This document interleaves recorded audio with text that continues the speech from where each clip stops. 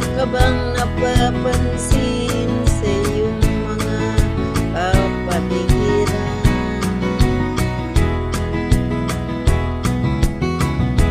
Kay dumi na ng hangin, pati na ang mga ilog natin.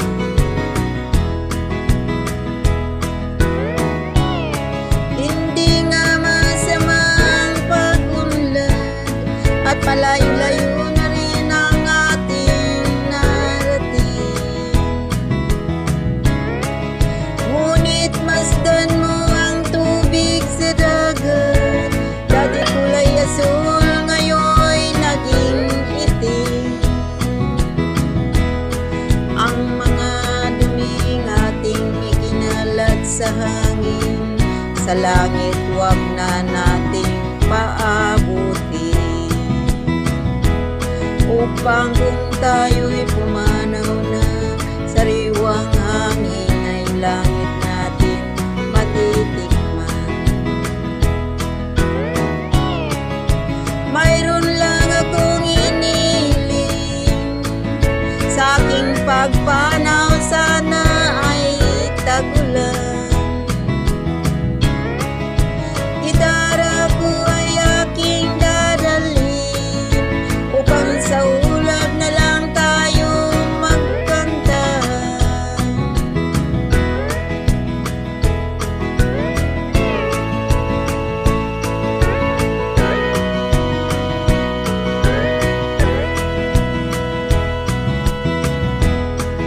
Ang mga batang ngayon lang isinilang, may hangin pa kayang matitikman?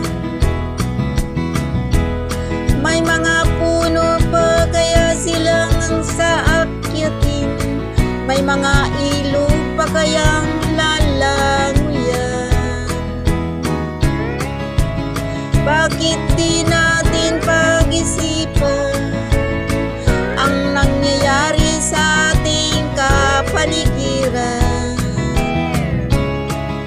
Hindi nga masama ang pag-unlad kung hindi nakakasira ng kalikasan.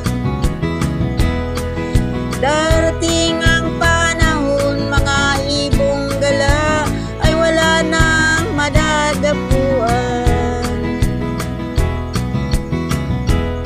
Masdan mo ang mga punong dati ay kay tatag, ngayon namamatay dahil sa ating kalukuhan. Lahat ng bagay na narito sa lupa, biyayang galing sa Diyos kahit nung ika'y wala pa. Ingatan natin at huwag nang sirain pa, pagkat pag kanyang binawi tayo'y mawawala na. Mayroon lang akong hiniling, sa aking pagpanaw sana ay tagulan.